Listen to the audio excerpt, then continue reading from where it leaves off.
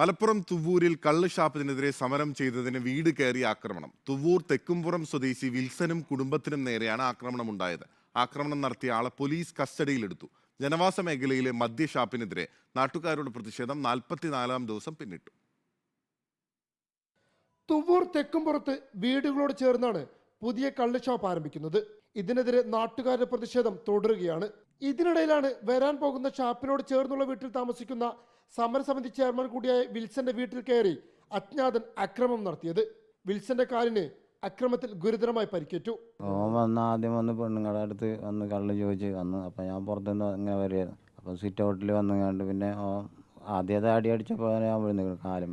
പിന്നെ കള്ളിൻ്റെ ഇത് പേരും പറഞ്ഞുകൊണ്ട് എന്തിനാ സമരം ചെയ്യണമെന്നൊക്കെ ചോദിച്ചിങ്ങോട്ടൊക്കെയാണ്. പിന്നെ ഓൻ ചവിട്ടി കാല് ചവിട്ടി മുറിച്ച് പിന്നെ കസേരകളൊക്കെ പുറകിട്ട് അടിച്ച് ആളൊക്കെ വന്ന് കൂടാൻ വന്നാൽ തടി കഴിച്ചിലാക്കി. വിൽസന് പുറമെ ഭാര്യയും മകളും അക്രമത്തിനിരയായി. വീട്ടുപകരണങ്ങളും ജനൽച്ചില്ലുകളും അക്രമി തകർത്തു. സമരം തുടർന്നാൽ വകവരുത്തുമെന്നായിരുന്നു അക്രമിയുടെ ഭീഷണി. മിണ്ടാതെ നിന്നില്ലെങ്കിൽ നിങ്ങൾ എല്ലാവരെയും ഞാൻ കൊന്നുകളയുമെന്ന് ഭീഷണിപ്പെടുത്തി. അപ്പോൾ ഇയാൾ പറയല് നിങ്ങൾ എന്തിനാ കള്ള് ഈ സമരം എന്തിനാ ചെയ്യണത്?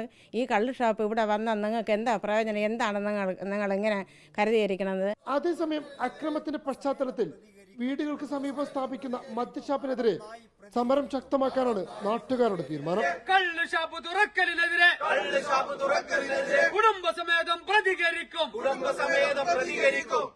റിപ്പോർട്ടർ മലപ്പുറം.